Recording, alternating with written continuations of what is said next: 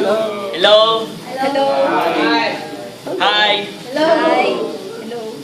May topic is, why you should... topic is, why you should become a vegetarian. I see.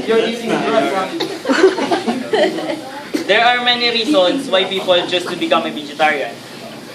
People are conscious about animals and people are conscious about their health. Some are by chance and some are by choice. Nice. In the Philippines, PETA award Geneva Cruz as the sexiest vegetarian celebrity who became vegetarian at the age of 15.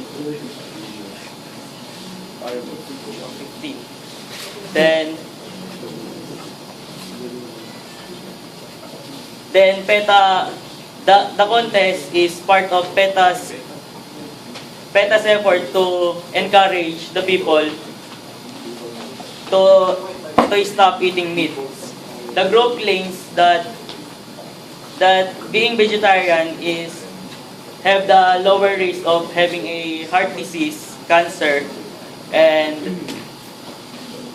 other diseases that can we get from meat. Now I know that half of you aren't enthusiastic for switching from vegetarian diet. I'm now I'd like to tell about you about the benefits of vegetarian diet.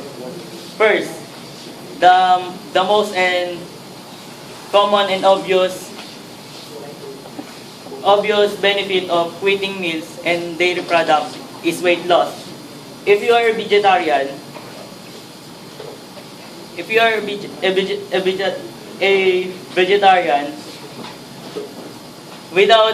without doing anything, you'll lose little weight, and your body will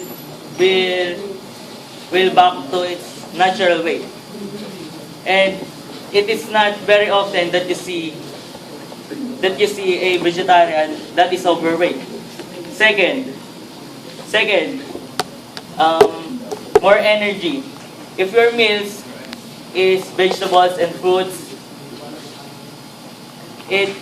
your blood pressure will more stable, and your energy level will be consistent and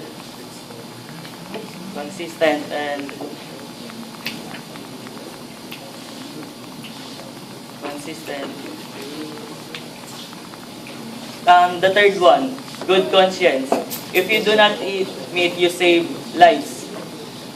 A cow is 1,000 pounds and a pig is 250 pounds in the slaughter area if you're going there. Then the fourth one is more money.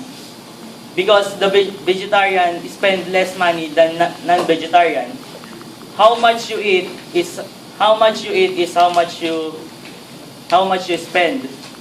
A average family spends 500 pesos and 700 pesos a day.